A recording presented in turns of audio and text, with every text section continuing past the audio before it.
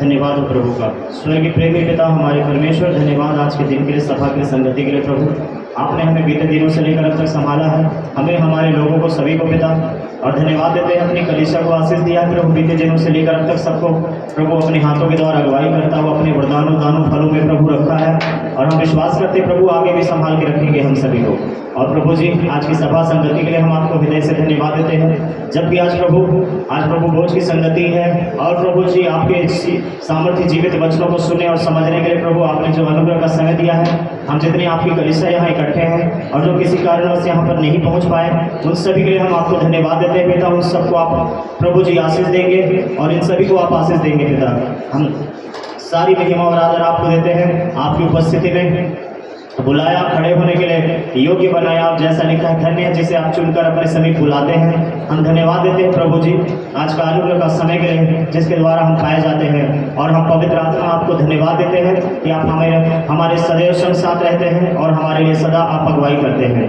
आज की सभा के लिए भी आपने अगुवाई किया है, आज का दिन ठहराया, धन्यवाद। हर एक भागों में प्रभु पवित्र आत्मा आपका संचालन चाहते हैं। जीवित वचनों को सुनने के लिए जब हम तैयार होते हैं प्रभु, एक भूमि के समान, अच्छी भूमि के समान, हम निश्चय विश्वास करते हैं प्रभु कि आप हमें प्रभु जी आप खुदावंद तैयार करते हुए प्रभु जी हमें बोएंगे और प्रभु जी आप बढ़ाएंगे भी, यीशु मसीह के नाम में हम धन्यवाद देते हैं। सदा प्रार्थना सुनते हैं। आज की संगति के लिए धन्यवाद विशेष करके, और प्रार्थना को यीशु मसीह के नाम में करते हैं पिता। आपके दिए ध्यान, वरदान और अभिषेक के लिए धन्यवाद देते हैं। आमीन आमीन। बोलेंगे यीशु मसीह की। आइए बैठते हैं अपनी जगह पर।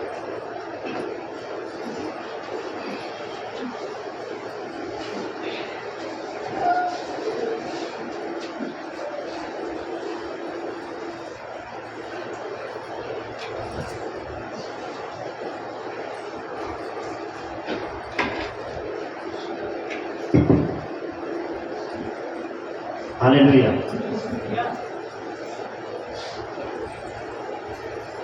ठीक है, आइए हम सब मिलकर निकालेंगे प्रभु का वचन। पहला कुरिन्थी उसका अध्याय 14। पहला कुरिन्थी 14 अध्याय निकालेंगे सभी मिलकर।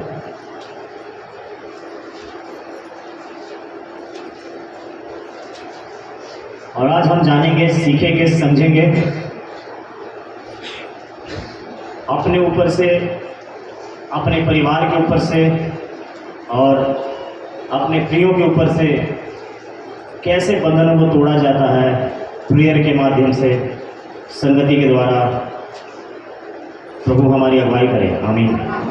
तो ध्यान से सुनिएगा और हर एक बातें जो यहाँ पर रखी जाएगी कुछ समय के लिए आप लोगों के सामने, आप उसको बिल्कुल आप नोट रखिए, नोट करिए। और कुछ सवाल आपके मन में आएंगे और कुछ उसके जवाब भी आपको मिलेंगे। अगर समझ नहीं आएगा आप उसको पर्सनली पूछ सकते हैं, व्यक्तिगत पूछ सकते हैं, लेकिन उसका बिल्कुल उलट कर उत्तर अपने दिमाग से नहीं लगाना है और अपने मन से कुछ भी सीखना नहीं है, ठीक है। अगर आपको समझ नहीं आता है उसके विषय में आप पूछ सकते हैं, तो जरूर ये हम सबके लिए लाभ का कारण होगा, आमीन, ठीक है। हालेलुया, बोले यीशु मसीह की। तो आज जो हम सीखेंगे, प्रेयर हम जो करते हैं, बाइबल सिखाता है कि हमको प्रेयर करनी चाहिए। और सभी प्रभु के सेवक आपको सिखाते होंगे कि प्रेयर करनी चाहिए। और हम सब आपस में एक दूसरे को भी यही कहते रहते हैं कि प्रेयर करो। कुछ भी प्रॉब्लम होती है प्रेयर करो, कुछ भी बात हो गई प्रेयर करो, सवेरे जाकर प्रेयर करो, दानियल के समान प्रेयर करो, एलिसा के समान प्रेयर करो, प्रेयर करो, प्रेयर करो और प्रेयर करो। और ये हमारा न्यू है, ये हमारा बेस है प्रेयर। अगर प्रेयर हम ना करें तो हमारा आत्मिक जीवन बिल्कुल कमजोर हो जाएगा।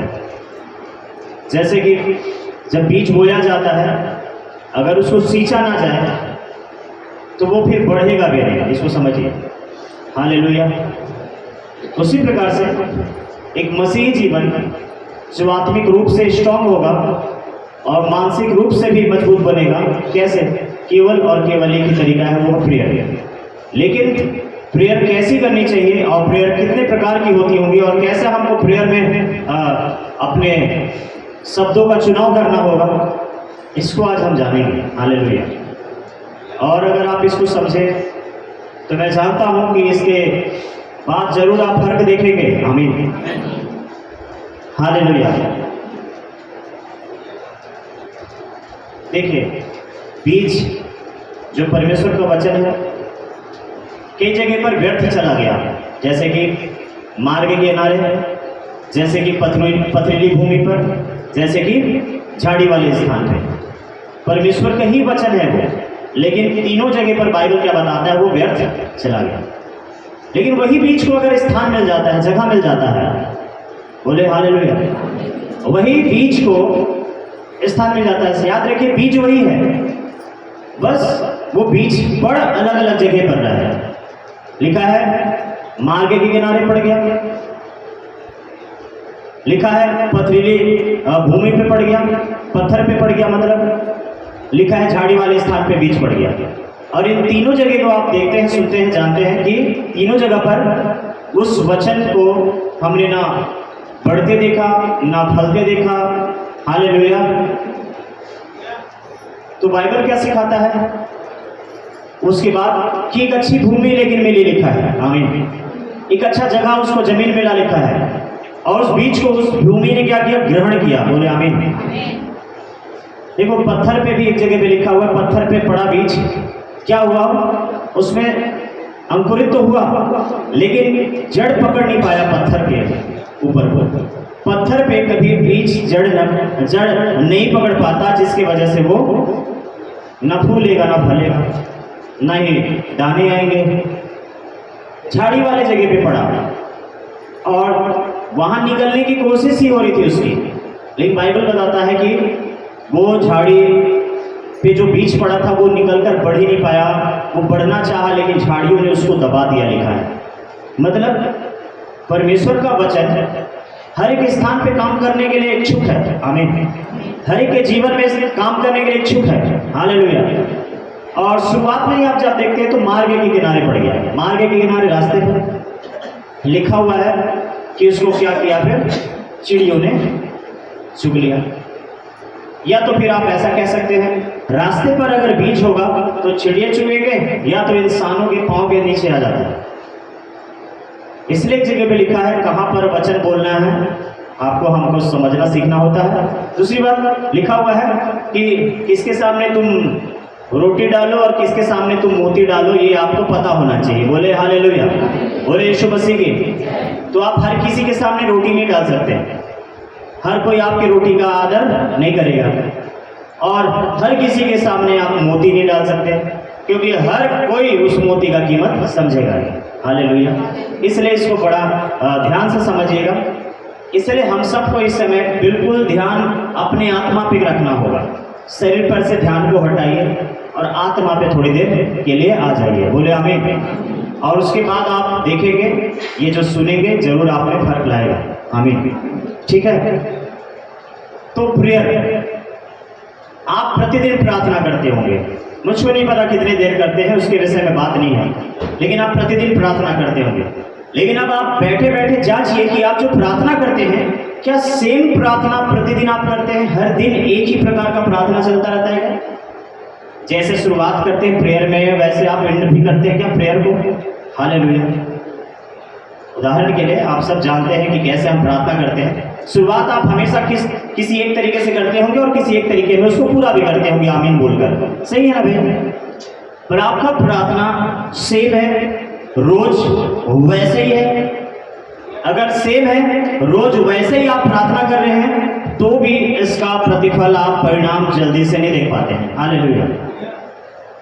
जैसे बाइबल सिखाता है हर एक चीजों को बढ़ना चाहिए, आमीन, ग्रोथ होना चाहिए। हालेलुया। आप बीज को कभी आप जमीन पे डालकर देखिए, वो वैसे ही नहीं रहेगा, वो अंकुरित होने लग जाता है। आमीन। उसी प्रकार से मैं और आप जो अभी तक प्रेयर कर रहे होंगे, आपकी प्रार्थना रोज लाइफ में जो आप जीते हैं, रोज की प्रार्थना, रोज का प्रेयर लाइफ सेम चला आ रहा है क्या? बहुत दिनों से वैसे ही चल रहा है कि आप प्रार्थना किए और आपको पता है कैटेगरी, एक सीरियल नंबर की, आपको इसी अनुसार आपको आगे बढ़ते जाना है प्रेयर में। अगर आप ऐसे कर रहे हैं तो फर्क को आप मुश्किल होगा जल्दी से देखना। हालेलुया। अब इसमें थोड़ा बदलाव लाना होगा, ठीक है। मैं भी थोड़ा बेसिक चीज बता रहा, जिसके बाद मैं आपको बताने की कोशिश करूंगा। प्रभु का आत्मा मदद करे हमारी, आमीन। कि कैसे हमको ध्यान अगर आपका वहां लगा रहेगा तो फिर जरूर वहां की बातें सोचेंगे। हालेलुया। अगर ध्यान अगर हमारा इधर ही कहीं है तो फिर ध्यान नहीं जाएगा उधर पे। बोले यीशु मसीह की जय। ठीक, तो सेम प्रेयर अगर आप रोज कर रहे आ रहे हैं, करते आ रहे हैं, करते चले जा रहे हैं, तो भी इसका आप बदलाव इसके अनुरूप देख नहीं पाएंगे। वजह क्या है? क्योंकि सेम चीजें परमेश्वर कभी नहीं चाहता। हालेलुया। प्रभु खुद चाहते हैं कि आप परिवर्तित हो, आपका प्रार्थना का तरीका बदलता जाए और आपके विश्वास भी बढ़ते जाए, आमीन। हालेलुया। ठीक है, तो पहला ध्यान रखिए, ठीक है। उसके बाद अभी ध्यान से सुन रहे थे बीज के बारे में। बीज हर जगह पे काम करने की सामर्थ्य रखता है, लेकिन उसको ग्रहण करने वाले लोग अलग अलग प्रकार के मिले। जैसे मार्ग के किनारे वाले लोग, लिखा है उसमें वो सारे लोग हैं, इंसान है वो लोग। मार्ग का किनारे वाला इंसान एक इंसान, पथरीली भूमि वाला एक इंसान, और झाड़ी वाला एक व्यक्ति इंसान, लेकिन अच्छी भूमि वाला भी एक इंसान है। हालेलुया। तो चारों जगह पे देखा गया, बीज डाला गया, लेकिन चारों जगह पर इन चारों में से किसने ग्रहण किया? एक ने, जिसको बाइबल बताता है अच्छी भूमि, वो ग्रहण किया। और लिखा है उसके बाद लिखा है 100, 60 और 30 गुना उनको मिला है। बोले आमीन। तो पहले 100 मिला, फिर 60 मिला, फिर 30। प्रभु हमेशा से चाहते हैं आपको भरपूरी का आशीष देना। हम अपने प्रयास में या तो हम अपने नॉलेज में थोड़े कम पड़ जाते हैं या फिर थोड़े कमजोर हो जाते होंगे, तो हम 60 तक आते हैं, और उसमें भी हमारा परिश्रम अगर और कम हो जाए तो हम 60 में से 30 में पहुंच जाते हैं। लेकिन प्रभु इतना तो चाहता है कि आपको हालेलुया 1/4 जरूर मिलना चाहिए, उससे ज़्यादा मिलना चाहिए, आमीन। हालेलुया। अगर हम 1 रुपये में अगर 25 पैसे भी नहीं आशीषित ना हुए प्रभु के राज्य में, तो भी हमारा यहाँ पर समझना व्यर्थ हो जाएगा, और सबसे ज़्यादा तकलीफें हम प्रभु को ही पहुँचाएंगे। फिर वो आशीष दिया और हमने आशीष को पाया ही नहीं, तो बोले हालेलुया। ठीक है ना भाई? तो सब कुछ हमारे लिए खुला हुआ है, आशीष और उसका द्वार। इसलिए बाइबल सिखाता है, अगर आपको परिवर्तन देखना है तो सेम प्रार्थना जो आप कर रहे हैं रेगुलर, अभी आपने स्टार्ट किया कुछ विषय को लेकर, उसको करते रहिए। लेकिन आप इसके बाद जो समझेंगे अलग है। लेकिन आप महीनों से, 6 महीने से, साल भर से वैसे एक सीरियल नंबर बना रखे होंगे कि आप उसी अनुसार प्रार्थना करते हुए आगे बढ़ते होंगे। देखो, प्रेयर के लिए दुनिया में बहुत सारे विषय मिलेंगे हमको, आमीन। हर दिन अगर आप अपना नजर दौड़ा के देखो तो कितने सारे विषय हमको मिल जाते हैं, कितने सारे हमको विषय मिलते हैं। जैसे बहुत सारे लोग इधर पे आके प्रेयर रिक्वेस्ट लिखवाते हैं। कई बार अब जब आप पढ़ते हैं तो आपको पता चलेगा कैसे कैसे स्थिति से लोग गुजर रहे हैं, उनके दुख क्या क्या हैं। हालेलुया। अलग अलग प्रकार के विषय आपको मिलेंगे। कोई जमीन के लिए परेशान, कोई घर के लिए परेशान, कोई बच्चों के लिए परेशान, कोई विवाह शादी के लिए परेशान, तो कोई नौकरी के लिए परेशान, तो कोई बीमारी की वजह से परेशान, तो कोई उद्धार पाया नहीं है ऐसे परिवार के लिए परेशान। हालेलुया। तो कोई गुनाह अपराध में पड़े हुए हैं, तो कोई दुष्ट आत्मा के चुंगल में पड़े हुए हैं। अपना अपना सबका विषय है। हालेलुया। इन सारे विषय के लिए प्रार्थना करनी है, इन सारे विषय के लिए हमको दुआ करना सीखना पड़ता है। हालेलुया। लेकिन मैं क्या बता रहा हूँ, सबसे पहले उसको हम रिसीव करें, उसके बाद हम दूसरों के लिए प्रार्थना कर सकते हैं। बोले आमीन। हालेलुया। ठीक है। तो पहला कुरिन्थी 14 अध्याय में बाइबल क्या बताता है? आपके बढ़ने के विषय में आपको वचन दे रहा है। बोले आमीन। तो आइए हम जब इसको पढ़ते हैं, लिखा हुआ है 3रा वचन, परंतु जो भविष्यवाणी करता है, मैं पढ़ रहा हूं आप सबके, लिखा परंतु जो भविष्यवाणी करता है। एक सेकंड, लिखा है क्या? लिखा है परंतु जो भविष्यवाणी करता है। वो क्या करता है? भविष्यवाणी करने वाले लोग, भविष्यवाणी करने वाले लोगों के विषय में लिखा हुआ है। भविष्यवाणी करने वाले लोग क्या करते हैं भाई? लिखा है वह मनुष्यों से उन्नति और उपदेश यहाँ पर एक हिंदी ट्रांसलेशन है, लेकिन इसका रियल मीनिंग होता है उत्साहित करना। बोले आमीन। इनकरेज करना, जिसको आप पढ़ेंगे तो मिलेगा। ठीक है। और लिखा है शांति की बातें कहता है। बोले आमीन। ऐसा सुनिए, भविष्यवाणी करने वाले लोग क्या करते हैं भाई? आप बाइबल देखकर बताएं क्या करते हैं वो लोग? सबसे पहले मनुष्यों के लिए उन्नति की बातें करते हैं। उन्नति मतलब पहला ही शब्द देखिए, उन्नति। कौन नहीं चाहता उन्नति करना, बताइए? कौन नहीं चाहेगा उन्नत होना, बताइए? कौन नहीं चाहेगा बढ़ोतरी अपने जीवन में? हर कोई चाहते हैं ना, आमीन। तो भविष्यवाणी जो आपके ऊपर जो आती है, भविष्यवाणी जो आप समझते होंगे या फिर भविष्यवाणी जो आप करते होंगे, या तो भविष्यवाणी कोई आपके लिए करते होंगे, ये सारी बातें मिलकर क्या उत्पन्न कर रही है? यहाँ पर आपकी उन्नति को पैदा कर रहा है, बोले आमीन। तो भविष्यवाणी हमेशा से उन्नति की बातें करता है, पहली बात, आमीन, हालेलुया। पहले पढ़ लेंगे, उसके बाद समझेंगे बारी बारी, ठीक है? और दूसरा क्या करता है? उपदेश। उपदेश जैसे मैंने बताया, हिंदी ट्रांसलेशन में आपको ही मिलता है, लेकिन इसके एक्चुअल मीनिंग है कि वो उत्साहित करेगा आपको, उत्साहित, बोले आमीन, हालेलुया। मतलब आप कमजोर पड़े हुए लोगों को उत्साह से भरेगा। आप कमजोर पड़े हुए लोगों को, चाहे आपका मन तन, चाहे कोई भी किस प्रकार से आप कमजोर हैं, तो परमेश्वर का वचन आपको अपने वचनों के द्वारा आपको क्या करेगा? उत्साहित करेगा, आपको ढाढ़स देगा, आपको मजबूत करेगा, आपके अंदर विश्वास डालेगा, आमीन। दूसरा जो ये है जिसको हमने पढ़ा, उपदेश। तीसरा क्या है? तीसरा है शांति। भविष्यवाणी हमेशा आपके लाइफ में शांति को लाएगा। याद रखिए, कभी किसी का भविष्यवाणी सुनकर अगर आपके मन में डर आ रहा है, डर, घबराहट, समझ लीजिए पवित्र आत्मा की ओर से सप्लाई नहीं हो रहा है, हालेलुया। इसलिए ध्यान से समझिएगा, ये साइन दिए हुए हैं, चिन्ह दिए हुए हैं कि कैसे भविष्यवाणी लोगों के लाइफ में काम करता है। कोई अगर आपके लिए भविष्यवाणी कर आ जा रहा है, या फिर कर रहे होंगे, या फिर कर दिए होंगे, जिसको सुनकर आप डरे हैं, सहमे हैं, घबराए हैं, तो आप इनमें से तीनों को चेक करिए, ये है उसमें क्या? उस भविष्यवाणी को सुनने से क्या आपका उन्नति हुआ? उस भविष्यवाणी से आपका क्या विश्वास बढ़ा? क्या आप मजबूत हुए, या फिर क्या आप उत्साहित हुए? उत्साहित मतलब एक कमजोर व्यक्ति को अगर एक बलवान व्यक्ति अगर सपोर्ट करे, तो कमजोर व्यक्ति भी ताकतवर जैसा काम कर लेगा, करेगा ना भाई? लेकिन अगर आप ये दर्शन की बातें या फिर भविष्यवाणी की बातें अगर आप देखते या फिर सुनते, आपने ग्रहण किया, फिर किसी ने आपके लिए कर दिया, अगर आपके अंदर ये चीजें नहीं हैं, और आखिर में क्या लिखा है? शांति। शांति की बातें कहता है। याद रखिए, अगर ये तीनों चीज उस भविष्यवाणी में नहीं मिला, पास्टर अभी प्रेयर की बात कर रहे थे आप, लेकिन भविष्यवाणी में कहाँ गए? यही प्रेयर है, इसको समझिए, हालेलुया। यही प्रेयर है। बाइबल क्या कहता है? ये भविष्यवाणी की पुस्तक है। कौन सी पुस्तक है भाई? हाँ, आमीन। बिना भविष्यवाणी की पुस्तक के आप कैसे प्रार्थना कर सकते हैं, बताइए? बिना भविष्यवाणी के पुस्तक के आप ना प्रार्थना कर सकते हैं, ना प्रार्थना में कुछ हासिल कर सकते हैं। दूसरी बात, ये धर्मशास्त्र नहीं है, ये धर्मशास्त्र नहीं है। अभी लास्ट टाइम एक जगह पे गए थे हम, सामाजिक कार्य था, वहां पर प्रेयर करने के लिए एक जन को दिया गया, प्रभु के दास को, अभिषिक्त है, और जब उनको प्रेयर करने के लिए मौका मिला, तीन से चार बार उन्होंने कहा धर्मशास्त्र में लिखा है, धर्मशास्त्र में लिखा है, धर्मशास्त्र में लिखा है। एक्चुअल में देखिए, हमको छोटी छोटी बातों पे ध्यान देना है, बोले यीशु मसीह की। ये कोई धर्मशास्त्र नहीं है, पहला बात दिमाग से हटा लीजिए, हालेलुया। ये धर्मशास्त्र नहीं है, ये है पवित्र शास्त्र है। इसको कहता है बाइबल की भविष्यवाणी का पुस्तक है, बोले आमीन, हालेलुया।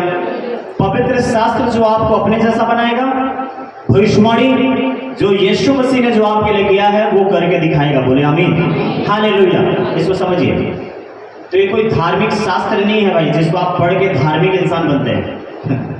धार्मिक इंसान तो आप बन ही नहीं सकते, पहली बात, जब तक यीशु मसीह आपके ऊपर अनुग्रह न करे, हालेलुया, बोलेंगे आमीन। समझ रहे ना? अनुग्रह है तो आप धर्मी हैं, अनुग्रह हटा दीजिए तो आपका, और हम चाहे कितने भी कर्मों के द्वारा, कर्मों के आधार पे काम कर रहे हैं, चाहे प्रेयर पे, चाहे फास्टिंग पे, चाहे दान में, चाहे भेंट में, चाहे कामों में, आप और हम धर्मी नहीं ठहर सकते, बाइबल स्पष्ट है, हालेलुया, बोले यीशु मसीह की। ठीक, तो यहाँ पर क्या लिखा है? कोई भी भविष्यवाणी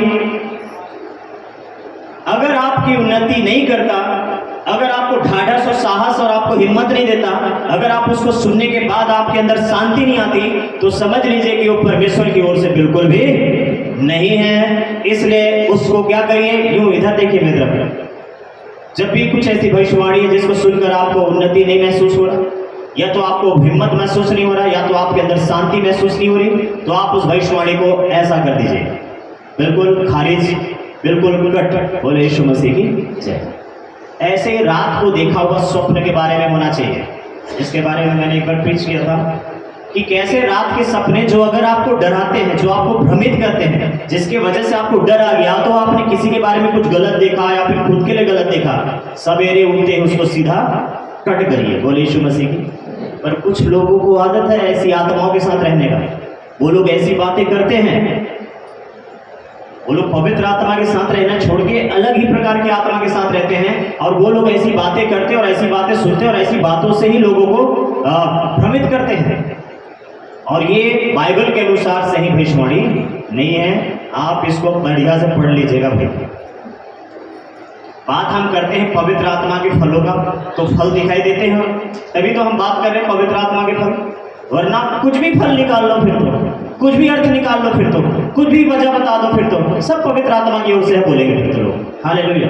कुछ भी नहीं हो जाता प्रभु की ओर से, इसलिए बाइबल को हम सुनते और पढ़ते हैं, बहुत जरूरी है। जैसे पिछली बार हम बता रहे थे ना, आमीन और हालेलुया कहने से कुछ नहीं होता भाई। अगर ऐसे में अगर आशीषित हो जाए इंसान, ऐसे में अगर उन्नत हो जाए इंसान, ऐसे में अगर चंगे हो जाए इंसान, फिर तो हमको बाइबल पढ़ने की जरूरत ही नहीं है, फिर तो हमको पवित्र शास्त्र के साथ समय बिताने की जरूरत नहीं है, फिर तो हमको यीशु से संगति करके पवित्र आत्मा का वचन मांगने की जरूरत ही नहीं है। आमीन और हालेलुया ही कहते रहेंगे, हालेलुया, और हमको मिलता रहेगा। फिर वो कहते हैं ना, हालेलुया जपते रहिए, लगते नहीं रुपये। अरे मेरे भाई, जपते रहने से कुछ नहीं मिलता है, उसका अर्थ को समझिए, हालेलुया, तब आपको कुछ देगा वो, उसका अर्थ को समझिए।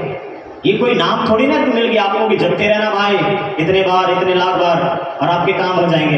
ये देखो भ्रमित करने वाला आत्मा है, हालेलुया। उस नाम का सामर्थ्य को जानिए, उस नाम की कीमत को समझिए, उस नाम की ताकत को पहचानिए, बोले आमीन, तब वो आपके लिए काम करता है। बाइबल में लिखा है यीशु का लहू आपके लिए काम ही नहीं करेगा। कब तक? बाइबल में लिखा है कि यीशु का लहू विश्वास करने से कार्यकारिणी होता है, लिखा है। आप इस वचन को पढ़े सुने होंगे।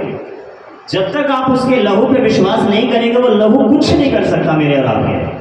हाँ, वो सामर्थ्य है उसका लहू, वो आपको चुंगल से निकाल सकता है, शैतान के नर्क से निकाल सकता है वो, हालेलुया, अंधेरे से आपको बाहर कर सकता है, लेकिन उसका लहू काम नहीं कर पा रहा। वजह क्या पता? जैसे अभी बात करें ना, बीज कहाँ काम नहीं कर पा रहा था, वो कहाँ काम करेगा? अच्छी भूमि मिलेगा तो बीज काम करेगा, एक हृदय विश्वास करने वाला मिलेगा तो लहू काम करेगा, बोले आमीन, हालेलुया। ये जपते रहने से, पुकारने रहने से, है ना, काम नहीं बनता भाई। तो ध्यान से समझिए, ऐसे बरगलाने वाली चीजों से भी बाहर रहिए, क्योंकि आपको सुनना ही नहीं है, आपको प्रेयर भी तो करना होता है घर पे, हालेलुया। आप जो प्रचार सुन रहे हैं, इतने काफी है क्या भाई? इसके लिए हमको प्रार्थना भी करना होता है घर में जाकर। अगर सिर्फ प्रचार सुनकर, बाइबल को पढ़कर ही अगर सब कुछ मिल जाता, तो फिर प्रेयर करने के लिए प्रभु यीशु मसीह ने सिखाते आपको, ठीक है? तो आपको सुनना है, समझना है, उसके बाद फिर प्रेयर करनी है, बोलेंगे आमीन, ठीक है? अगर एक बताने वाला बता दे कि एक काम करो, इस काम को तुम इस प्रकार से करो, तो आपके लिए आसान हो जाता है। आप काम करने के लिए तो खड़े थे, लेकिन आपको पता नहीं था कि कैसे शुरुआत करें। लेकिन अगर कोई आपको अगुवाई करे कि आपको काम इस रीति से करनी है, और उस रीति से जब आप करेंगे, कोई बताने वाला ने बता दिया, तो आप जब ऐसा करते हैं तो आप उसमें जरूर सफल होंगे, आमीन। तो परमेश्वर का वचन हम लोगों को, अगर प्रभु के सेवकों को दिया है, मिला है, तो जरूर आप लोगों के लिए है कि आपको हम बताएं कि इस रीति से करके देखिए, आमीन, हालेलुया। तो यहाँ हमने क्या पढ़ा कि भविष्यवाणी करने वाला मनुष्यों से उन्नति की बात करेगा, उपदेश, इनकरेज करेगा, उत्साहित करेगा। तीसरा, शांति की बातें करता है, आमीन, हालेलुया, बोले यीशु मसीह की, ठीक है? अब यही चीजें आपको प्रेयर में शामिल करनी होती है, यही तीनों चीजों को आपको प्रेयर में शामिल करना पड़ता है अपनी प्रार्थनाओं में। पहला बात, चलो हम इसको आगे और देखते हैं, ठीक है? लिखा है, जो अन्य भाषा में बातें करता है वह अपनी उन्नति करता है, परंतु जो भविष्यवाणी करता है वह कलीसिया की उन्नति करता है, ठीक है? अब ध्यान से समझिए, कितने लोग चाहते हैं कि आप कम से कम 10 लोगों के लिए आशीष का कारण बने? चाहते हैं ना भाई? और यही गिनती में चलो जोड़ देते हैं एक जीरो, अगर 100 लोगों के लिए आप आशीष का कारण बने तो हालेलुया। अगर इसमें एक और जीरो जोड़ देते, चलो 1000 लोगों के लिए आप अगर आशीष का कारण बने तो इसमें एक और जीरो जोड़ दो, चलो लाख लोगों के लिए आप आशीष का कारण बने तो चलो इसमें एक और जीरो जोड़ लेते हैं, फिर करोड़ के लिए आप आशीष का कारण बनो तो हालेलुया। बाइबल क्या कहता है? आप चर्च में सिर्फ अपनी उन्नति के लिए हैं क्या? अगर आप बिल्कुल अपनी उन्नति के लिए हैं तो आपको न चर्च से मतलब है, न चर्च के लोगों से मतलब है, न उनके दुखों से मतलब है, न उनकी समस्याओं से मतलब है, न ही उनकी स्थिति परिस्थिति से कोई मतलब है। आपने अपना पाया और अपना दबा के खाया। बोले यीशु मसीह की जय। और ऐसे में आप खुद के लिए कर रहे हैं, दूसरों को आपसे कोई लाभ नहीं हुआ। ध्यान से सुनते रहेंगे। यहाँ बात भविष्यवाणी और अन्य भाषा की नहीं हो रही है, बात यहाँ हो रही है कि मेरे साथ और लोग उन्नति कर रहे हैं कि नहीं। हालेलुया। मेरे साथ साथ और लोगों की उन्नति हो रही या कि नहीं, इस पे ध्यान देना है। बोले आमीन। और जिससे मेरा और मेरे लोगों की उन्नति हो वही काम हमको करनी है। बोलेंगे आमीन। ये बात है। चाहे यहाँ अन्य भाषा की दर्शन भविष्यवाणी की बात नहीं हो रही है, बात यहाँ पर है मैं औरों के साथ आशीषित हो रहा हूँ और लोग मेरे साथ आशीषित हो रहे हैं कि नहीं। बोलेंगे आमीन। हालेलुया। बात इसी की है, समझिए। क्योंकि अभी हम बात कर रहे थे बढ़ोतरी की, बात कर रहे थे हम प्रार्थनाओं में उत्तर की। आमीन। हालेलुया। अगर आपकी प्रार्थना का उत्तर वहीं पर रुका हुआ है, वहां पर ठहरा हुआ है और वहां से निकल कर अगर आपके गोद में नहीं आ रहा, तो मतलब कहीं से तो है कि रुकावटें आ रही है कि चलो हमको आज वहां से निकालना है उसको उत्तर को। आमीन। यहीं पर है, ज्यादा कहीं आपको जाने की जरूरत नहीं। यीशु कहाँ है भाई? यही है। उत्तर कहाँ होगा? उधर होगा क्या? जहाँ यीशु है वहां उत्तर है। बोले आमीन। जब आप प्रार्थना करते हैं घुटने टेककर, वहीं पर उत्तर होता है। आप प्रार्थना करके वेट नहीं कर रहे हैं कि उत्तर इधर से आएगा इधर से आएगा। हम जानते हैं परमेश्वर के साथ बैठे हैं। आमीन। प्रभु से प्रार्थना कर रहे हैं। आमीन। उत्तर भी यहीं से सामने से आने वाला है, इसके लिए दूर दृष्टि लगाने की जरूरत नहीं पड़ती है। हालेलुया। बाइबल में लिखा है मूर्ख की दृष्टि दूर होती है, लिखा है बुद्धिमान सामने को देखता है। बोले आमीन। हालेलुया। बोले यीशु मसीह की आमीन। हालेलुया। भाई सामने दिखाई नहीं दे रहा तो दूर को देख के क्या करेंगे बताइए। अब देखो चांद तो दिखाई नहीं देता उनको भी, जिनकी आंखों से ब्लड दिखाई देता है ना, चश्मे लगाते हैं जो लोग, उनको भी चांद दिखाई देता है। बहुत दूर है चांद, लेकिन सामने की चीज नजर नहीं आती उनको। इंपॉर्टेंट क्या है उनके लिए? चांद दिखाई दे या फिर दुनिया नजर आए? बताइए। सामने का। हालेलुया। बोले यीशु मसीह की। तो प्रभु ऐसा कभी नहीं चाहते कि आप स्वर्ग में बैठे परमेश्वर को देखें। परमेश्वर चाहता है सबसे पहले आपके अंदर रहने वाले प्रभु को देखो। आमीन। हालेलुया। इसलिए कई जगह पर हम पढ़ते हैं ना, क्या तुम नहीं जानते कि आप प्रभु का आत्मा तो तुम्हारे अंदर रहता है। तो प्रभु नहीं चाहता कि आप स्वर्ग को देखना, प्रभु चाहता है आपके अंदर रहने वाले आत्मा को देखना, वो तुमको स्वर्ग दिखा देगा बस। हालेलुया। इसका मतलब नहीं है कि हम स्वर्ग को ना देखें, हम तो पता है, हमको मालूम है, हमने बाइबल पढ़ लिया है हम सब ने कि हम तो उसी के साथ बैठे हैं, लिखा है। आमीन।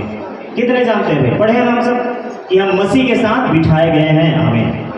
अब कितने लोग समझ पाए इस वचन को कि हम मसीह के साथ बैठे हैं? अब इसमें कुछ और सवाल ही नहीं आता है। आप कहीं पर भी हो, आप मसीह के साथ हो। बोले आमीन। हालेलुया। ठीक है। तो मसीह की आत्मा का जब चश्मा इधर पे लगा होगा, मतलब पवित्र आत्मा इधर पे होगा, तब जाके स्वर्ग दिखाई देगा। आमीन। चश्मे ही हटा देंगे तो स्वर्ग नजर आएगा क्या भाई? नहीं ना। इसे समझिए। तो जब भी आप प्रेयर करते हैं, जब भी आप प्रार्थना करते हैं, सबसे पहले बात समझिए कि आपकी प्रार्थना का उत्तर का आप इंतजार नहीं कर रहे हैं। आपकी प्रार्थना का उत्तर चाहो तो सामने बैठा यीशु मसीह से अभी इसी घड़ी आप मांग सकते हैं। बोले आमीन। आप दूर मत खोजिए, दूर मत देखिए, समय और महीने और तारीख में मत चले जाइएगा कभी भी प्रार्थना करते हुए कि आपकी प्रार्थना को समय में तारीख में बांध दिया जाए। आपकी प्रार्थना सामने बैठा हुआ उसका उत्तर। बोले आमीन। अच्छा बताइए, हम दोनों बात कर रहे हैं, आप और हम बात कर रहे हैं, मैं कुछ सवाल कर रहा हूँ आपसे, कुछ मांग कर रहा हूँ आपसे, आपके पास है नहीं है, आप जवाब क्या 15 दिन बाद दोगे? चुपचाप उठ के चले जाओगे क्या? फॉर एग्जाम्पल मैं भाई साहब के पास आया मिलने के लिए, मुझको जरूरत है 10 रुपये की, तो मैं बात कर रहा हूँ कि मुझको 10 रुपये चाहिए, भैया आपके पास है? मुझको बहुत अर्जेंट जरूरत है, आपके पास है? और भाई साहब ने सुना मेरी बातों को, हम मुस्कुरा के चला जाएगा क्या कि 15 दिन बाद आकर उत्तर दूंगा? अरे नहीं भाई मेरे घर में कुछ तो बोलेंगे, वो कुछ तो बोलेंगे जरूर। जब आप प्रेयर में बैठते हैं तो यीशु आपके सामने ही होता है कि नहीं भाई? कि किसी और के साथ बैठ के प्रार्थना चल रही है, कि किसी और के सामने हम बैठ कर प्रार्थना करते हैं? यीशु ही सामने होते हैं। अगर आप उससे कुछ मांग रहे हैं तो उत्तर क्यों नहीं मिल रहा? बातें क्यों नहीं कर रहा हो? चुप क्यों है फिर? हालेलुया। वो बोलेगा जरूर, बात करेगा जरूर, बोलेंगे आमीन। हालेलुया। तो जाकर 15 दिन के बाद नहीं बोलेगा कि मैं 15 दिन बाद तुझको मैं उत्तर दूंगा, फिलहाल मैं जा रहा हूँ, ऐसा नहीं है। वो जरूर उसको बोलेंगे, सब्र कर, धीरज कर, शांति रख। बोले आमीन। हर जब ये बोलेंगे मतलब समझ रहे हो, जब भविष्यवाणी का भी आपने वचन सुना है, आपकी उन्नति की बात करेगा वो, आमीन, जब आप बैठेंगे प्रेयर पे तो आपको उत्साहित करेगा वो, जब आप बैठेंगे प्रेयर पे तो आमीन। और आपको फाइनली आखिर में जब आप प्रार्थना करके जो आमीन बोलते हैं ना, हम लोग यहीं पर लिखा है शांति आपको मिलनी चाहिए प्रार्थना के बाद। बोले आमीन। हालेलुया। यही आपको शांति देता है मेरे भाई मेरे बहनों। तभी आपको पता चलता है कि आपकी प्रेयर की, है ना, जो विषय थे आपने रखा, प्रेयर का जो सब्जेक्ट जो आपके मिला था आपके पास, उसको आपने रखा है शांतिपूर्वक आप आमीन बोलकर विश्वास से खड़े हुए हैं, यहीं पर है। तो यीशु ये बात करेगा, वो क्या चाहता है, आप उन्नति करो। बोले आमीन। देखो क्या होता है, जब बच्चे बड़े हो जाते हैं, ना, मेज में एक साथ खाना खाते हैं, एक साथ, है ना, माँ खिलाएगी, सबको बिठाकर खिलाती है। ऐसा हुआ है क्या भाई? घर में होता है ना, अभी नहीं हो रहा हो लेकिन कभी तो हुआ होगा कि सारे बच्चे बैठकर खाना खा रहे हैं। कैसे यीशु सबके साथ मेज में खाना खाया। लेकिन कुछ ऐसा भी समय आया कि बच्चे उस समय बहुत छोटे बच्चे थे, तो यीशु ने उनके साथ पर्सनली संगति किया, पर्सनली, व्यक्तिगत। जैसे माँ व्यक्तिगत दूध पिलाती है बच्चे को। कब पिलाती है वो? बालकों के साथ वो खाना नहीं खा सकता क्योंकि अभी वो गोद में है, दूध पीने की स्थिति में।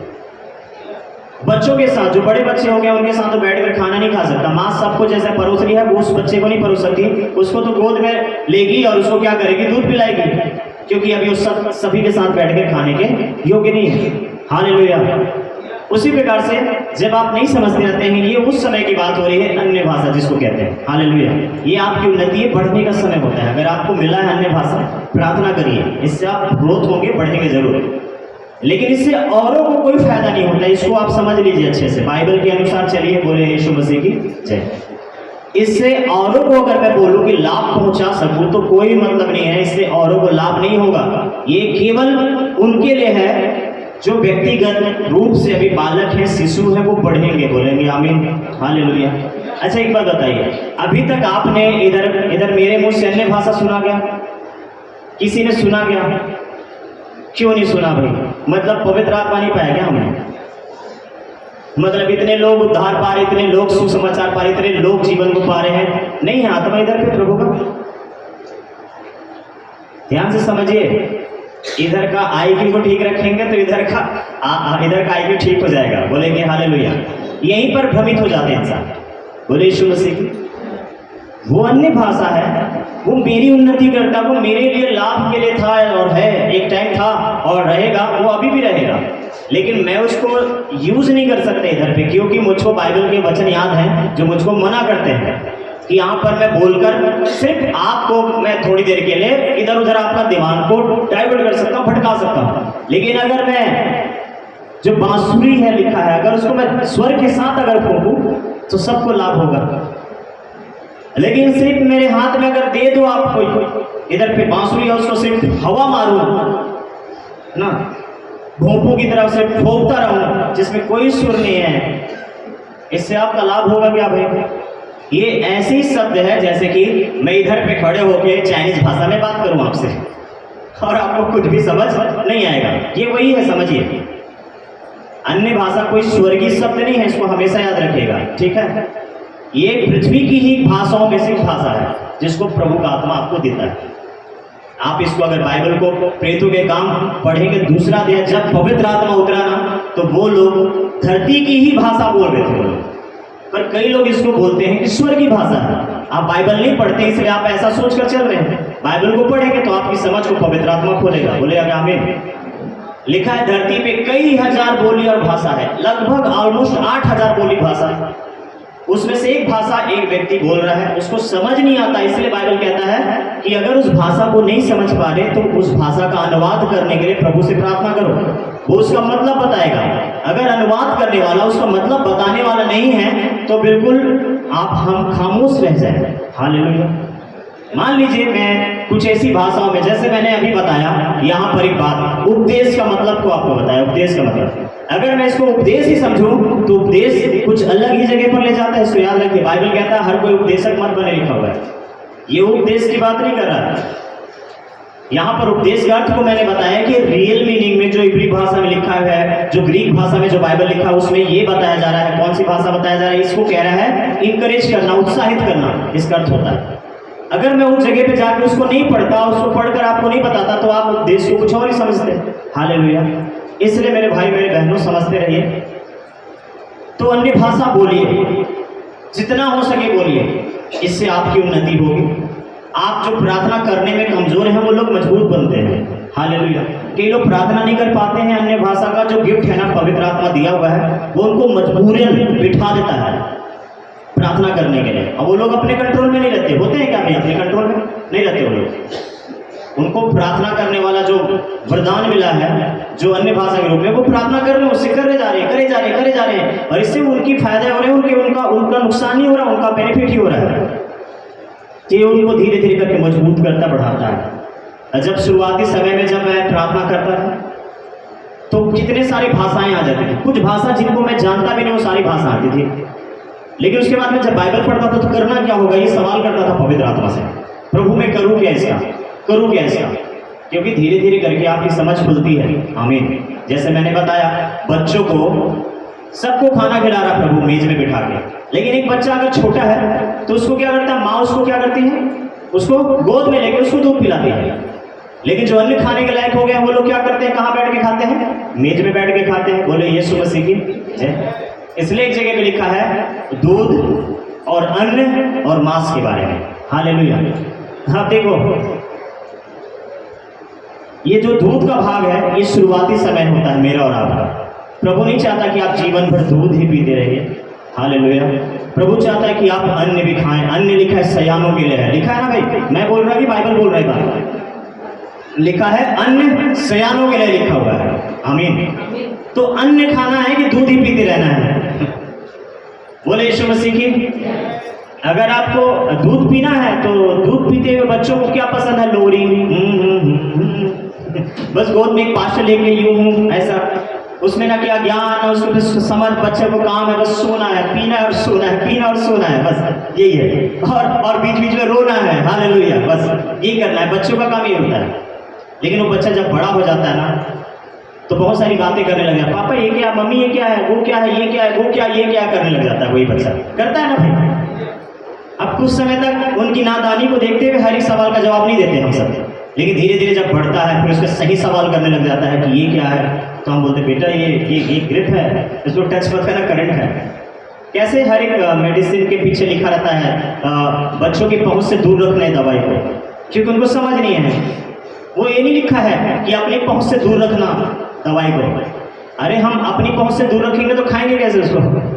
दवाई को उसमें लिखा रहता है, एक नोट लिखा रहता है, वार्निंग लिखा रहता है कि बच्चों की पहुंच से दवाई को दूर रखिए, क्योंकि बच्चों को समझ नहीं है। एक दवाई की जगह, एक टेबलेट की जगह 2, 4, 5 टेबलेट खा जाएंगे, चॉकलेट समझ के खा जाएंगे, समझ नहीं है। इसलिए प्रभु का वचन बता रहा है कि दूध पीने वाले अलग होते हैं, अन्न खाने वाले अलग होते हैं, मांस खाने वाले एक दौर आ जाता है, वो अलग होते हैं।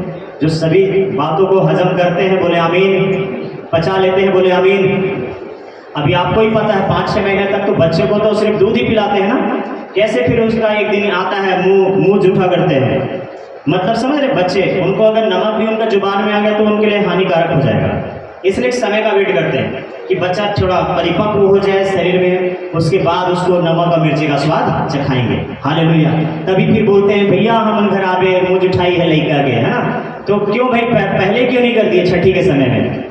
छठी के समय कोई करता है क्या? नहीं करता, और करेंगे भी नहीं, क्योंकि बच्चों को समझ नहीं है। वो नमक चाट सकते हैं, लेकिन हमको समझ है, हम नमक उनको चटवा नहीं सकते अभी। ध्यान से समझना, बोले यीशु मसीह की जय, वरना उनका नुकसान होगा। उसी प्रकार से एक दौर आता है, एक समय आता है, हम सबको उसमें से निकल कर बाहर आना पड़ता है। तो जो अन्य भाषा के विषय में है, ये आपकी उन्नति के लिए था, मेरी उन्नति के लिए था, हमारा उसने किया भी उन्नति। आमीन। बहुत सारी भाषाओं में परमेश्वर प्रार्थना करवाया, प्रार्थना करवा के उन विषय में समझाया भी। जो समझ नहीं आता था चुप हो जाते थे, समझ आ गया आंसर पूछते थे पवित्र आत्मा इसका मतलब क्या है। प्रभु उसका मतलब को बाइबल में बताता था, और बाइबल में जब पढ़ते थे तो विश्वास भी होता था कि हाँ जो अभी हमने प्रार्थना किया शायद इसका अर्थ यही होगा। आमीन। जब होगा चलो एक बार और ट्राई करते हैं, हाँ यही है, बोले आमीन। यही होगा अलग है, और यही है बोलने में अलग होता है। बोलेंगे यीशु मसीह की जय। फिर लिखा है वो बातें धीरे धीरे करके किनारे चले जाती है। फिर लगा ये हमारा समझने और बढ़ने का समय था, अब हम बढ़ लिए और समझ लिए अगर थोड़ा भी, तो अब हम चाहेंगे कि हमारे द्वारा और लोग भी पढ़े और लोग भी बढ़े। बोले आमीन। आपके अंदर जो ज्ञान है आप चाहते हैं कि दूसरों को भी वो मिलने पाए। आपके अंदर जो आशीष है आप चाहते हैं कि दूसरों तक भी पहुंचने पाए। पहले हम खुद आशीष पाते हैं, उसके बाद हम दूसरों को आशीष देते हैं। पहले हम खुद उद्धार पाते हैं, उसके बाद हम दूसरों को उद्धार की कथा सुनाते हैं। पहले हम खुद पवित्र आत्मा से भर जाते हैं, उसके बाद हम पवित्र आत्मा का अभिषेक दूसरों के लिए हम रखते हैं। बोले आमीन। तो पहले क्या करना होता है, हमको खुद से ग्रहण करना पड़ता है। बाइबल में लिखा है जब प्रभु का आत्मा उतरा वहां पर सब लोग, लिखा है, दर्शन के साथ, भविष्यवाणी के साथ, अन्य भाषाओं से प्रार्थना करने लगे थे, लिखा है। और सब लोग वहीं इकट्ठे थे और सब लोग अपनी अपनी भाषा में उनसे सुन रहे थे परमेश्वर के विषय में। लिखा है ना, सब लोग अपनी अपनी भाषा में परमेश्वर की बड़ाई सुन रहे थे, परमेश्वर की महिमा को सुन रहे थे अपनी अपनी भाषा में। जैसे आप अभी अपनी भाषा में सुन रहे हैं, हिंदी में। बोले आमीन। लेकिन अगर मैं इधर पे चाइनीज में, फारसी में बोलना शुरू करूं तो मैं आपके लिए कोई आशीष नहीं बन सकता। और आप बाहर जाने के बाद ये नहीं कह पाएंगे कि आज हम आने वाला सुने, बढ़िया लगे, क्योंकि आपको समझ ही नहीं आया चाइनीज भाषा में मैंने बोला है। हालेलुया। लेकिन अगर इधर पे चाइनीज पास्टर आ जाए और चाइनीज भाषा में अगर प्रचार करे, साउथ वाले पास्टर आ जाए और साउथ वाले लैंग्वेज में प्रचार करे, और एक जन इधर पे हिंदी में ट्रांसलेट करे, तो आपको भी समझ आ जाएगा। बोलेंगे आमीन। देखते हैं ना ऐसे ट्रांसलेटर लोग होते हैं ना वो लोग। हालेलुया। अभी कई ऐसा जगह है जिन लोग हिंदी नहीं जानते, हिंदी उधर पे जाके बोलेंगे ना हम लोग, तो हम लोग को क्या बोलेगा वो लोग, ये लोग अन्य भाषा वाले हैं। हालेलुया। समझ कर रहिएगा।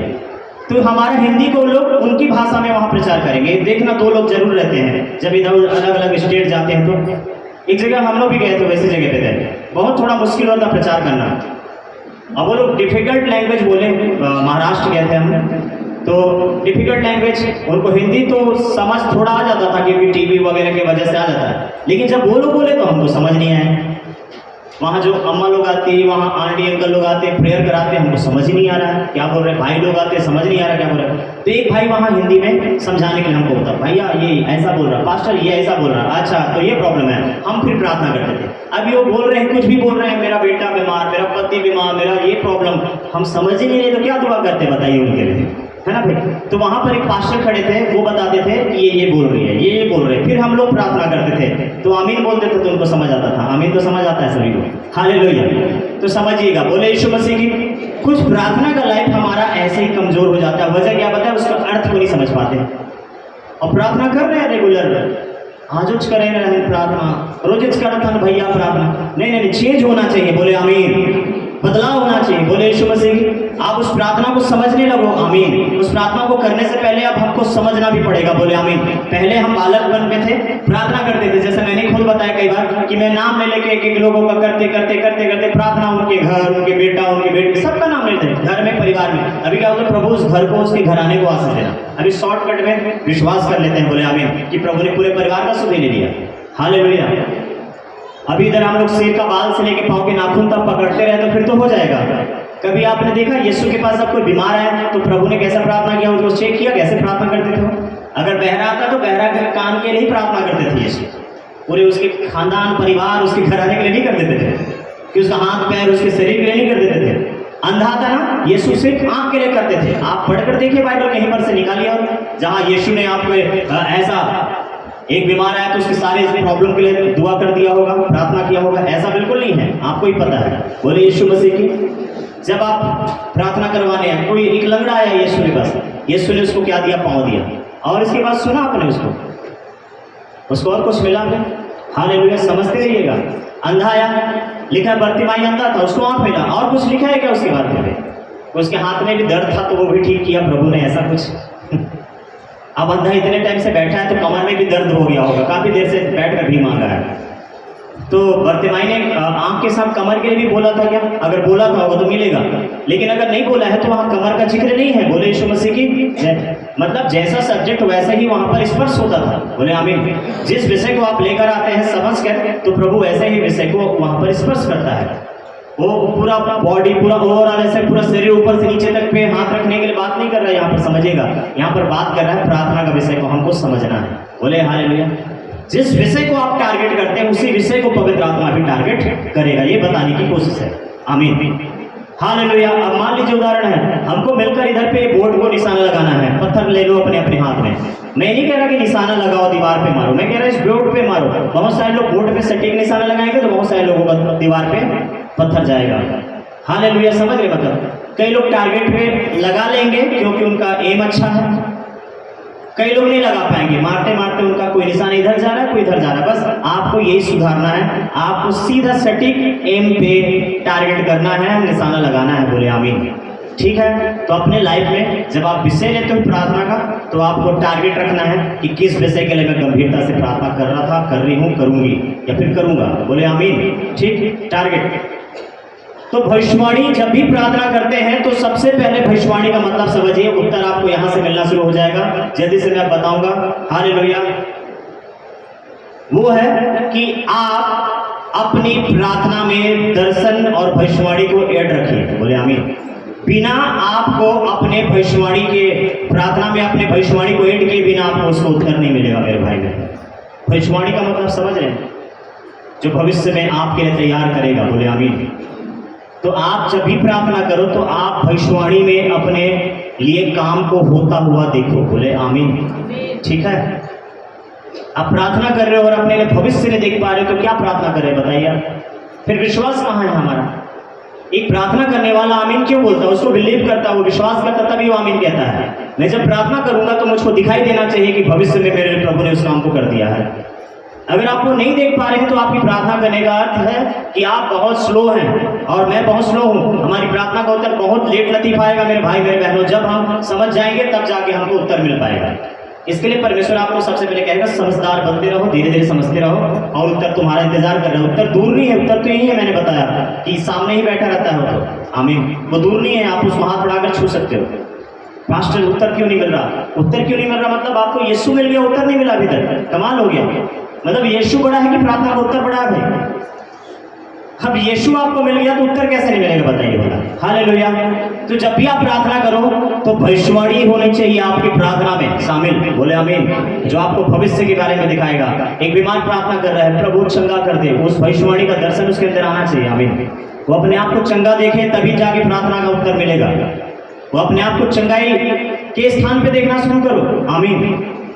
अपने आप को चंगे वाले स्थान पे खड़ा होता हुआ देखना शुरू करें मेरे भाई मेरे बहनों। प्रार्थना में शामिल करिए इसको कि मेरे काम हो गए। मान लो आप बेरोजगार है, नौकरी में प्रार्थना कर रहे हैं, आप बेरोजगारी में दबे लोग, आप प्रार्थना करिए कि प्रभु मैं आपसे विनती करता हूँ एक अच्छा स्थान, एक ऐसा पोस्ट, एक ऐसा जगह जो मेरे लिए आपने तैयार रखा है, उसको मैं चाहता और चाहती हूँ, उस काम को मैं करना चाहता हूँ। चाहे आप किसी भी में वैकेंसी आए हो, आप किसी में फॉर्म डाले होंगे, भरे होंगे, आप वहां पर के लिए अपने आप को देखिए। बोले आमीन।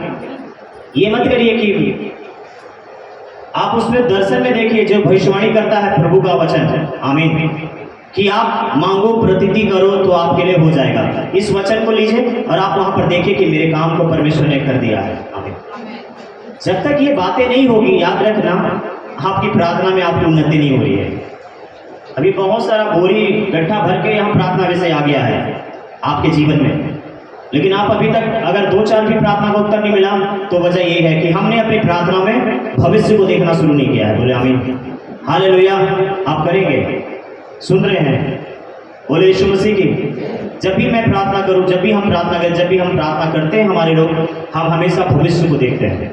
लिखा विश्वास अनदेखी वस्तुओं का निश्चय और प्रमाण है। आमीन। हम उन चीजों को जो नहीं है ऐसा देखते हैं मानो कि वो है। यही विश्वास है। कितने आसान तरीके से समझ आ रहा है, कितने को समझ आ रहा है, मैं क्या बताने की कोशिश कर रहा हूं। अपनी प्रार्थना में भविष्य को देखिए कि आपने जो मांगा है वो आपको मिला है। बोले आमीन। और इसको रोज करना है आपको। और जब जितना ज्यादा आप में विश्वास आ जाएगा उस दिन के बाद देखना ये सब्जेक्ट आपका चेंज हो जाएगा, क्योंकि आपको मालूम हो गया कि ये तो मिल चुका है। बोले आमीन। अब आप इसको रोज रोज गिड़गिड़ाते नहीं रहेंगे, क्योंकि आखिर में बाइबल क्या कहता है, प्रभु का वचन उसको उत्साहित करेगा, उसको ढाढ़स देगा जो भी प्रार्थना आप करते हैं, और उसमें आपको शांति मिलनी चाहिए कि मैंने पा लिया है। बोले आमीन। अशांत कौन रहता है? हालेलुया। अशांत कौन रहता है? एक दिन मैं सपने में देख रहा था, प्रभु का आत्मा सिखा रहे थे, एक दिन सपने में देखना, मैंने खाना मांगा है अपनी माँ से और ला रही हूँ, अब दे रही हूँ, अब परोस रही हूँ करते 1 घंटा हो गया। अब मैं चिड़चिड़ा हो गया सपने में, चिड़चिड़ाहट आ गई मेरे अंदर में। हमें चिल्लाने लगा, बोला 1 घंटे से बोल रही है, ला रही है खाना, भूख लग रहा है मुझको। समझ रहे मतलब यहाँ पर ये इधर की बात नहीं हो रही, ये वो स्वर की बातें थी। हालेलुया। मैं चिड़चिड़ाहट में आ गया, खाना नहीं परोसा जा रहा है, खाना नहीं आ रहा अभी तक टेबल में, अभी तक मेज में, मैं चिड़चिड़ा हो गया। हालेलुया, बोले यीशु मसीह की। तो मैं सोचता हूँ कि कैसे एक माँ 1 घंटे लेट करेगी कि खाना देने में, बताइए 1 घंटा लेट करेगी जब बच्चे खाना मांगे तो, जब भूखा प्यासा एक बच्चा आया, लगता है माँ लेट करेगी। आप करेंगे क्या भाई? जब आपके बच्चे ऐसे भूखे प्यासे आएंगे आपके सामने बैठेंगे और आप उससे आपसे मांग लिए वो खाना पीना जो भी, और आप उससे शकल देख रहे हो, 1 घंटे लेट करेंगे क्या देने के लिए? पास्टर आप कहाँ ले चल रहे हैं? इंसान और परमेश्वर की काम करने का तरीका अलग है मेरे भाई मेरे बहनों। इंसान परमेश्वर के ही तरीके से सीखा है काम करना, समझिए। लिखा है तुम जब बुरे होकर अपने बच्चों को अच्छी चीजें देना जानते हो तो स्वर्गीय पिता तुमको क्यों नहीं देगा, लिखा है। समझ रहे हैं? उस परमेश्वर ने ही सिखाया हमको कैसे ख्याल रखना है, बोले आमीन। कोई दुश्मनों का ख्याल रखता है क्या भाई? सब लोग अपने ही लोगों का ख्याल रखते हैं ना, तो उसी से सीखा हमने ख्याल रखना। अब सोचिए वो कितना ख्याल रखेगा आपकी प्रार्थना का, विनती का, निवेदन का। 1 घंटे लेट करेगा क्या भूखों को खाना खिलाने के लिए? बाइबल क्या कहता है? जिस घड़ी भेड़ गिरा होता है उसी घड़ी निकाला जाता है। कुएं में गिर गया था ना भेड़, आपने सुना होगा। यीशु सिखा रहे हैं सबको। सब लोग बोलने लगे कि अगले हफ्ते आना, सबके दिन में चंगाई नहीं चाहिए, चंगाई नहीं दे सकते, चंगाई होने के लिए प्रार्थना नहीं चाहिए। तो यीशु कहता है कि एक बात बताओ तो बस, अगर तुम्हारा भेड़ अगर कुएं में गिर गया तो कब निकालोगे उसको? 1 घंटे बाद, 15 मिनट बाद? देखो ये सारी चीजें प्रार्थना का उत्तर है मेरे भाई बहनों, जिसको लेकर हम परेशान रहते हैं कि उत्तर क्यों नहीं मिल रहा। अगर आप इस बात को समझेंगे तो उत्तर इंस्टेंट है प्रभु के राज्य में, आमीन। प्रभु को और भी बहुत सारे काम हैं। आप ही की प्रार्थना का विषय को लेकर चिंतित नहीं बैठा रहता वो कि कैसे करूं, कब करूं, कैसे किस प्रकार से करूं। उसके पास लगता है कि नहीं वो कर सकता है आपके लिए काम। हालेलुया। मेरे ख्याल से पहले तो प्रभु तुरंत मुर्दे जिला देते थे, समय और मुहूर्त की बात ही नहीं होती थी। तुरंत अंधे देखते थे, तुरंत लंगड़े चलते थे, तुरंत बहरे सुनते थे, तुरंत बीमार चंगे होते थे, तुरंत दुष्ट आत्माओं से रिहाई होती थी। हालेलुया। पर अभी इन सब चीजों के लिए अगर टाइम लग रहा है, समय लग रहा है, तो मेरे ख्याल से अब हमारा विश्वास भी समय के आधार पर थोड़ा सा अलग होता जा रहा है। हालेलुया। कुछ चीजें तुरंत के लिए रखा है परमेश्वर ने, बोले आमीन। हालेलुया। इसको समझते रहिए। तो जिसमें से बहुत सारी, लगभग मेरे ख्याल से 70% चीज आप लोग प्रार्थना में यही मांगते हैं जो तुरंत वाला होता है, लेकिन फिर भी वो लेट होता है। हम जो तुरंत वाले काम को मांग रहे हैं परमेश्वर से, वो भी लेट हो रहा है, जबकि उसको परमेश्वर जस्ट तुरंत करना चाह रहे हैं। हालेलुया। बोले यीशु मसीह की, समझेंगे। ठीक। अब देखिए बाइबल क्या सिखाता है कि जब आप प्रार्थना करो, कोई भी विषय को प्रार्थना करो, तो आप प्रार्थना करके उसको विश्वास कर लेना, बोले आमीन। तो आप अपना दर्शन को तैयार रखो भविष्यवाणी को कि प्रभु ने कहा है हो जाएगा, बोले आमीन। आप भविष्य में उसको देखिए, अभी जो आपने मांगा उसको देखिए, आप कितना अच्छा उसको देख सकते हैं। अपने आप को चंगा देखिए, आमीन। कितना बेहतर आप अपने आप को चंगा वाला देख सकते हैं। जितना ज्यादा बेहतर आप अपने आप को चंगा वाला देखोगे, उतनी ज्यादा बेहतर आप भविष्य में चंगा भला अपने आप को पाओगे, बोले आमीन। शैतान क्या दिखाना चाहता है? भविष्य में आपका अंधेरा। परमेश्वर क्या दिखाना चाहता है? आपके भविष्य में उजाला, बोले आमीन। अब आप समझ रहे हैं, आप जितना ज्यादा उजाला देखना चाहते हैं परमेश्वर के अधीन होकर देखिए। हालेलुया। और अगर आपको कहीं डार्कनेस, अगर अंधेरापन, अगर अंधेरा नजर आ रहा है तो समझिए कि ये परमेश्वर ने दिखा रहा है। अभी हमने क्या सुना इधर कि भविष्यवाणी क्या करता है? उन्नति, जो आपकी उन्नति, प्रभु चाहता होगा कि नहीं आपको उन्नत करना है, बढ़ाना। तो भविष्यवाणी का वचन को यहाँ पर क्यों ऐड किया? और क्यों यहाँ पर पौलुस एक जगह कह रहा है, मैं चाहता हूँ तुम सबके सब भविष्यवाणी करो, लिखा हुआ। मैं चाहता हूँ तुम सबके सब भविष्यवाणी करो। तो भविष्यवाणी करो मतलब यहाँ पर एक सेवकाई की बात नहीं, और चर्च में कि अब सबके सब सेवकाई करना, भविष्यवाणी ही करते रह जाना, वो तो एक गिफ्ट है, कह रहा है। किसी को ये वरदान मिला, किसी को वो वरदान मिला, किसी को। लेकिन भविष्यवाणी जैसा शब्द जो आ रहा है, बाइबल बताता है कि हम सब उसको अपने लाइफ में उसको क्या करें, उसको अप्लाई करें, उसको ग्रहण करें, बोले आमीन, उस भविष्यवाणी को। हालेलुया। अभी चर्च में अगर हम सब भविष्यवाणी करने लगे तो फिर तो इधर पे हो गई संगति। फिर तो ये अलग चीजें हैं चर्च के लिए, वो लाइफ में अप्लाई करने का है, लाइफ में अपने उसको क्या करना है, लाने का है, इस्तेमाल करने का, यूज करने के लिए है, आमीन। इसलिए वहां पर सिखाता है कि विश्वास अनदेखी वस्तुओं का प्रमाण है। जब आप प्रार्थना कर रहे हैं, आपको अपना भविष्य दिखाई देना चाहिए। बोले आमीन। आपने जो मांगा है आप उसको देखना शुरू करिए। अगर जब तक वो आपको दिखना शुरू नहीं हो रहा, तब तक आपको शांति कैसे मिलेगी? और जैसे आपको दिखना शुरू हो गया, आपने जो मांगा है प्रार्थना में वो चीजें नजर आने लगी है, आपको शांति मिलेगी और आमीन कहना। उसके बाद दूसरा प्रार्थना विषय आपके सामने तैयार है। इस विषय को आपने पा लिया है। बोले आमीन। हालेलुया। बोले यीशु मसीह की। कुछ विषय बड़े बड़े बातों के विषय में, कुछ जैसे कि फॉर एग्जाम्पल जब एक टाइम प्रेयर था, चर्च के जब काम चल रहे थे और चर्च के कामों में कुछ काम ऐसे थे कि मुश्किल लग रही थी, लेकिन प्रार्थना में विश्वास करिए, प्रभु आप सामने खड़े हैं। बोले आमीन। प्रभु आप हमारा फ्यूचर है। बोले आमीन। और धन्यवाद करते हैं आपने कर दिया होगा। बस अगर आपको ये विश्वास आ गया तो दोबारा नहीं प्रार्थना करेंगे वाला उसी चीज के लिए फिर से। अगर आपका विश्वास नहीं है तो फिर से आप रिपीट करेंगे प्रार्थना को उस दिन। आज किए थे, चलो एक बार और मान, एक बार और, एक बार और। लेकिन अगर आपने विश्वास कर लिया, आपको शांति मिल गई है कि मैंने पा लिया है, आमीन, ये हो गया है, आमीन, तो आपको लगता है फिर से उसको करेंगे। ये तरीका सही होगा क्या? फिर आप ही बताइए, सोचिए, थोड़ा सा दिमाग का इस्तेमाल करेंगे, प्रभु मदद करेंगे। लगता है फिर से हम उसको करेंगे। जब हमने पा लिया तो फिर से उसको क्यों प्रार्थना में ऐड करेंगे? बताइए। उसके बाद आप कुछ और विषय को ऐड करेंगे, आमीन, जिसके विषय में अभी तक आपको विश्वास नहीं हुआ है कि उसको मैंने पाया है कि नहीं, वो मुझको मिला है कि नहीं, क्या मैंने उसको देखा है कि नहीं। उस विषय को आप ऐड करेंगे जो पा लिया है, जिसके ऊपर विश्वास कर लिया, आप उसके विषय में आप चिंता नहीं करेंगे। ध्यान से समझिए, इसी रीति से सारे बंधनों को आप तोड़ते हैं अपने ऊपर से, अपने परिवार के ऊपर से, अपने घराने के ऊपर से, अपनी हर एक प्रार्थनाओं के विनती निवेदन के ऊपर से, आमीन।